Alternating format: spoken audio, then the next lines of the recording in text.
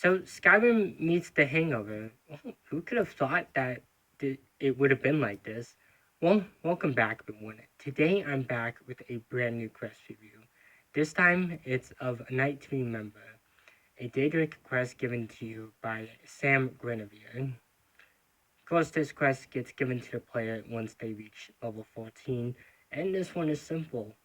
Participate in a drinking contest with Mr. Guinevere. Of course, your character easily wins the contest, and well, this is where the real fun begins. Your character wakes up in the Temple of Dibella in Markarth, and after being scolded by the angry priestess of Dibella, you can either help them pick up the temple, or intimidate or persuade them into just leaving you alone. Of course, after doing one of those things, you find out that you are needed in Rorikstead, as in Rorikstead, turns out you stole a goat and sold it to a giant. Yeah, this is probably the dumbest thing I've ever heard someone do. This is even dumber than Jack and the Beanstalk. But of course, you head down to Rorikstead and, well, get scolded by an angry farmer who tells you that you should be lucky that he didn't have the guards go after you, which kind of makes me curious. Like, how horrible is the security in Rockstead? If your character can get away with stealing a goat, I mean, what else could your character get away with? I'm not condoning bad actions, but just I feel like Rockstead should kind of boost their security.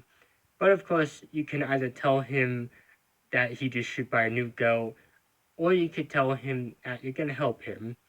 Of course, we obviously help him, as our character needs to at least do something nice for once instead of just murder everything in the path. So we of course talk to this nice friendly giant, and after being squished by his club, we of course get the goat back and have him tell us where we need to go next. And of course he sends us to Rightland, where we find out that we bought a ring from Ysolda, a one of the characters who lives in the city, and we find out that we married a hag raven.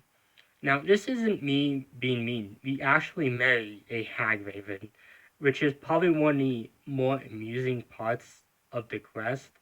And honestly, there's a bit of a disturbing content warning. If you're not comfortable with hearing about some subjects, I would skip forward about like 10-20 seconds.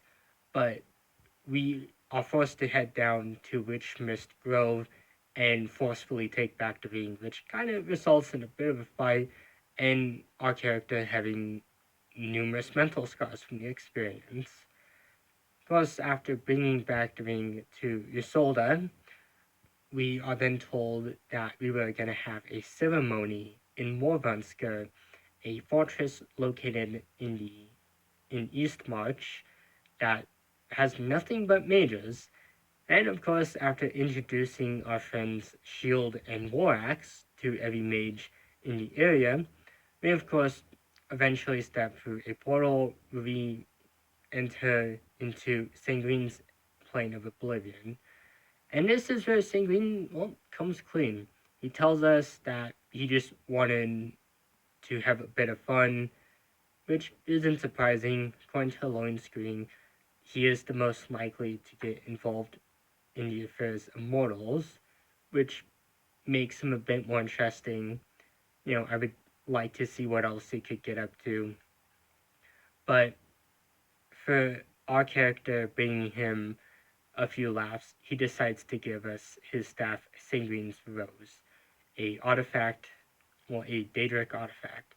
This isn't one I use too much, but I do like its appearance, and this is one of the best quests in the game. Just kind of makes the character seem really horrible, especially if you had a spouse before doing this quest. Technically, your character would be cheating on your spouse by marrying a hag raven. So yeah, if you want your character to be a bit more horrible, I suggest do that, then start this quest. So, what are my opinions on this quest? Well, this quest is one of my favorites.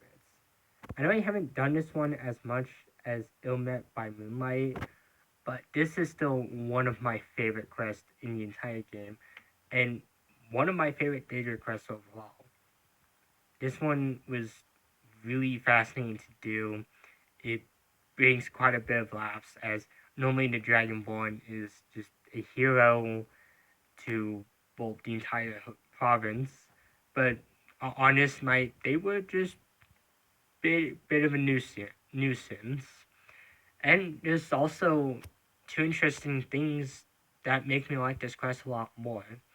The first is there's a random encounter with a Argonian named Deep in His Cups who will actually demand 10,000 gold septums from your character after you complete this quest, as according to him, you and Sam dared him to sneak into a bandit camp and I think jack the helmet or shield of the bandit chief, which kind of sounds like something Sanguine would do. It kind of makes this quest a lot more interesting.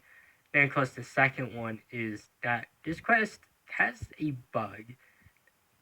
At least according to well, at least in the Xbox 360 version. I'm not sure about any other version.